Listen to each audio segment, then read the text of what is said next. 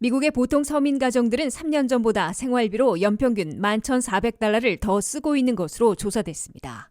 10월 미소비 지출이 냉각됨에 따라 PCE 물가도 3%로 더 진정된 것으로 나타나 내년 5월에는 금리 인하를 시작할 것으로 예상되고 있습니다. FBI 새 본부청사가 메릴랜드 그린벨트 메트로역 인근으로 선정 발표됐으나 버지니아 측의 강력한 이의 제기로 재조사에 돌입했습니다. 올겨울 중국발 소아호흡기 질환과 폐렴이 어린이들 사이 유행하고 있어 어린이 감염에 각별한 주의가 요구되고 있습니다. 외교의 거목, 역사의 거인으로 불려온 헨리 키신저 전 미 국무장관이 100세를 일기로 타계했습니다. 여러분 안녕하십니까? 워싱턴 뉴스 투데이입니다. 미국의 보통 가정들은 생활비로 3년 전보다 연평균 11,400달러나 더 쓰고 있는 것으로 조사됐습니다. 팬데믹 3년 동안 미국 근로자들의 시급은 13.5% 올랐으나 물가는 17%나 뛰어 생활비가 급등했으며 주별로 격차를 보이고 있습니다. 안혜린 기자의 보도입니다.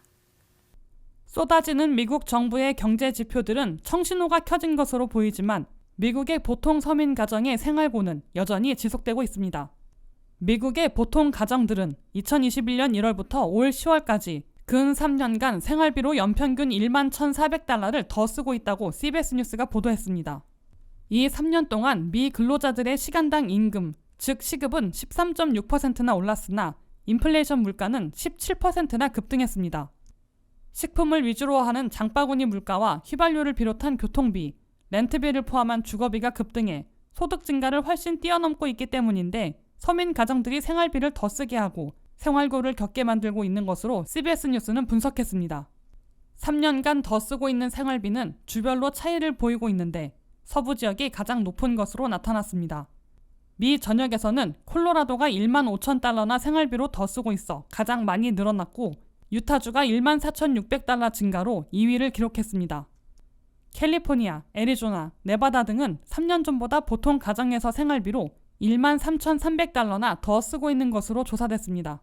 플로리다는 13,000달러, 알래스카는 13,200달러, 하와이는 12,800달러를 더 쓰고 있습니다. 메릴랜드는 12,800달러, 버지니아는 12,200달러를 더 쓰고 있는 것으로 집계됐습니다.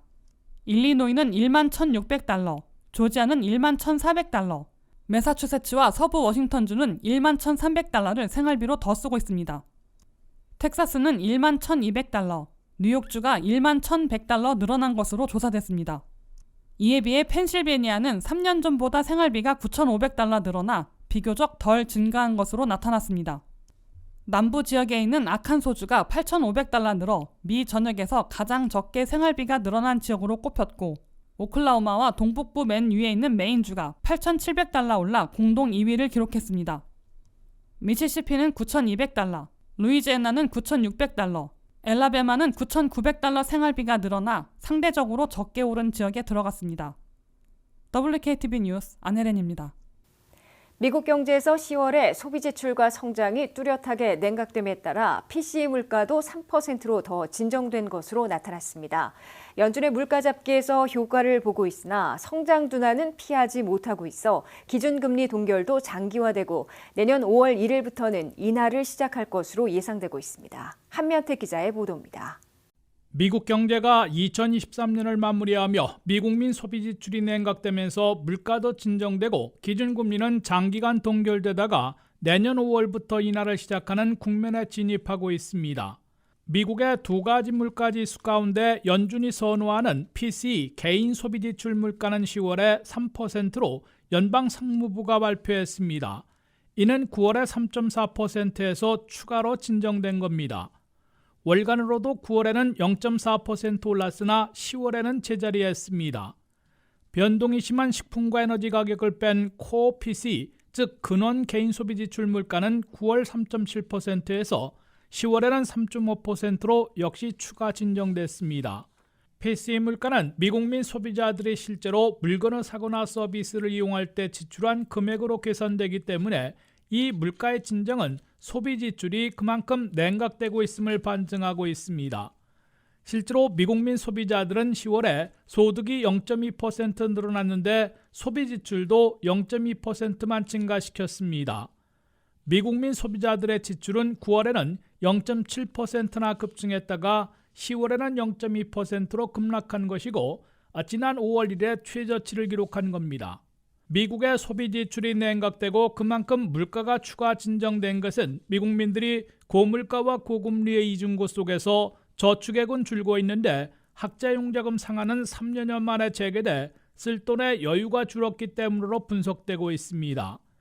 현재 4분기인 10월부터 미국 경제를 지탱해주고 있는 소비 지출이 냉각되고 PC 물가도 추가 진정됨에 따라 미국의 기준금리는 장기간 동결될 것으로 확실시되고 있습니다. 연준은 12월 13일 올해 마지막 FOMC 회의에서도 기준금리를 현재 5.25 내지 5.50%에서 동결할 것으로 거의 확실해지고 있습니다. 기준금리 추이를 추적하고 있는 CME 그룹의 투자자들은 12월 13일 기준금리가 동결될 가능성을 96%나 되는 것으로 내다보고 있습니다. 게다가 기준금리의 동결은 2024년 내년 4월까지 지속될 가능성이 높고 그때부터는 금리 인하가 언제 시작될 것인지에 시선이 쏠려 있습니다. 연준이 기준금리를 다시 인하하기 시작하는 시기는 갈수록 앞당겨지고 있는데 CME 그룹의 투자자들은 내년 5월 1일에 0.25포인트 내릴 가능성이 49.6%나 되는 것으로 예상하고 있습니다. 특히 2024년 한 해 동안 당초보다 늘어난 0.25포인트씩 4번 합해서 1%포인트나 기준금리를 내려 내년 말에는 4.25 내지 4.50%가 될 것으로 CME 투자자들은 예측하고 있습니다. WKTV 뉴스 한면택입니다. FBI 연방수사국의 새 본부청사가 메릴랜드 그린벨트 메트로역 인근에 세워지는 것으로 선정 발표됐으나 버지니아 측의 강력한 이의 제기로 연방정부가 재조사에 돌입했습니다. 버지니아를 대표하는 연방 상하원 의원들이 3인 패널이 만장일치로 스프링필드 지역을 선택했으나 연방총무처 고위관리가 이를 묵살하고 그린벨트역 근처로 선정 발표했다며 이의를 제기해 연방총무처 감사관실이 공식 조사에 착수했습니다. FBI 새 본부청사를 놓고 치열한 유치 경쟁을 벌여온 메릴랜드와 버지니아가 2라운드 대결을 벌이게 됐습니다. 연방총무처 감사관실은 FBI 새 본부청사 부지로 메릴랜드 프린스 조지스 카운티의 그린벨트 메트로역 부근으로 선정하는 과정에서 이해 충돌 우려가 있다는 지적에 따라 공식 조사에 착수했다고 발표했습니다. 연방정부는 지난 8일 FBI의 새 본부청사 부지로 메릴랜드 프린스 조지스 카운티 그린벨트 메트로역 부근에 있는 62에이커를 선정한다고 발표했습니다. 연방정부의 부동산을 관리하는 총무처는 그린벨트 메트로역 부근의 부지가 가격도 싸고 FBI 직원의 40%가 이미 메릴랜드에 거주하고 있어 메트로 등으로 접근이 편리할 것이기 때문에 버지니아 스프링필드 지역을 제치고 선정된 것으로 설명했습니다. 그러나 치열한 경쟁을 벌여온 버지니아 측에서 발끈하며 선정 과정의 부적절성을 지적하며 강하게 반발하고 나섰습니다. 버지니아를 대표하는 마크 워너, 팀 케인 두 연방 상원의원과 9명의 연방 하원 의원들은 서명 서한을 연방 총무처에 보내 부지 선정을 결정하는 3인 패널이 만장일치로 스프링필드를 선택했으나 총무처의 고위관리가 이를 묵살하고 메릴랜드를 선정해 발표한 것이라며 전면 재조사를 요구했습니다. 버지니아 측에서는 이 고위관리의 옛 고용주가 소유하고 있는 부동산을 새 FBI 본부청사 부지로 선정한 것이라며 이는 명백한 이해충돌 사항으로 불법이라고 주장하고 있습니다. 심지어 크리스토퍼 레이 FBI 국장도 새 본부청사 부지 선정에 잠재적인 이해충돌 사안이 포함돼 있을 것으로 우려한다고 밝혔습니다. 이 같은 강력한 이의 제기에 따라 연방총무처 감사관실이 부지 선정 과정에 대한 공식 조사에 착수한 것으로 강조하고 있습니다. 이에 따라 FBI의 새 본부청사 유치를 놓고 벌여온 메릴랜드와 버지니아의 맞대결은 1차 메릴랜드 승리로 끝나는 듯했으나 조사 결과 이해 충돌을 비롯한 부적절한 상황이 포착되면 1차 결과가 무산되고 2차로는 버지니아가 더 유리해질 것으로 예상되고 있습니다. 에드가 후보 빌딩으로 알려진 FBI 본부청사는 현재 워싱턴 DC 안에 있는데 너무 낡고 좁아 신청사로 이전하기로 하고 최근 부지 선정을 발표한 단계에서 거센 논란을 겪고 있습니다.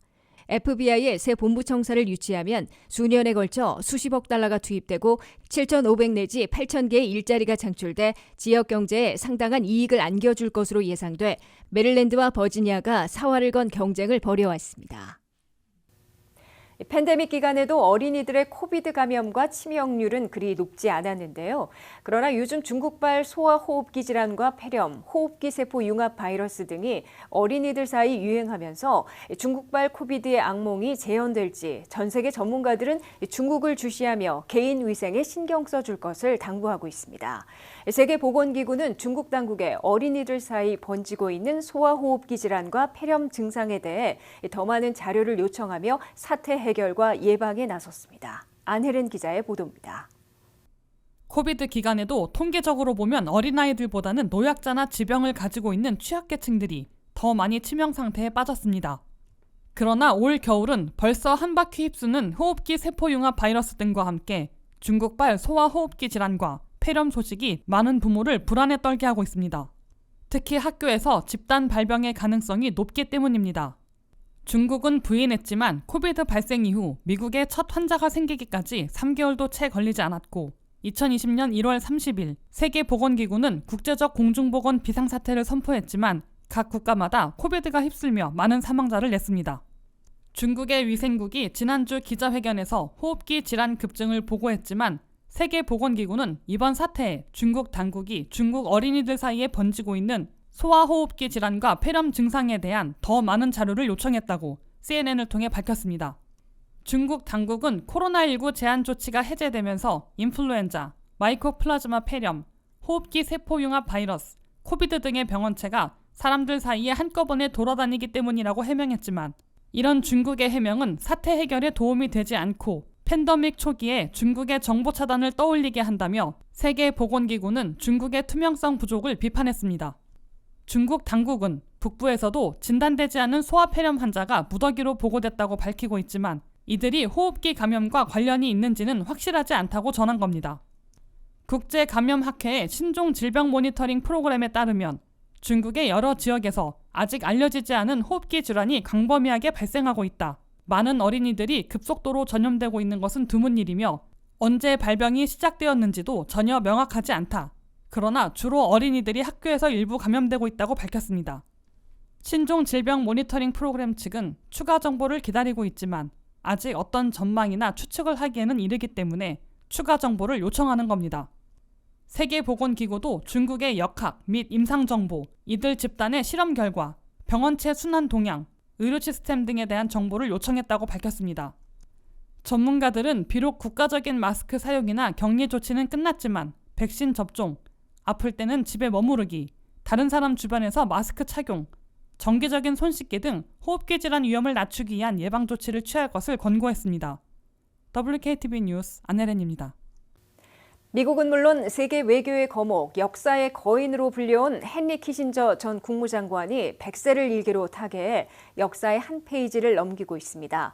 헨리 키신저 박사는 미 사상 유일하게 국무장관과 국가안보 보좌관을 겸직한 외교 거목으로 꼽히면서 핑퐁 외교로 주계장막을 열어 오늘날 미중 관계를 구축했으며 소련의 붕괴로 이어진 미소 대탕트를 시동했고 각 지역의 전쟁과 분쟁을 끝내는 데 중추적인 역할을 한 것으로 평가받고 있습니다. 한면태 기자의 보도입니다.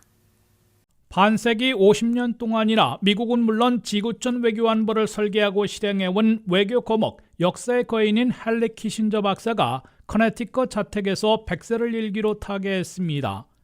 헨리 키신저 박사는 닉슨 행정부에서 유일하게 국무장관과 국가안보 보좌관을 겸직하며 외교 거목으로 등장해 포드 행정부에서도 국무장관을 맡아 모두 8년간 미국 외교, 나아가 세계 외교를 주도했습니다.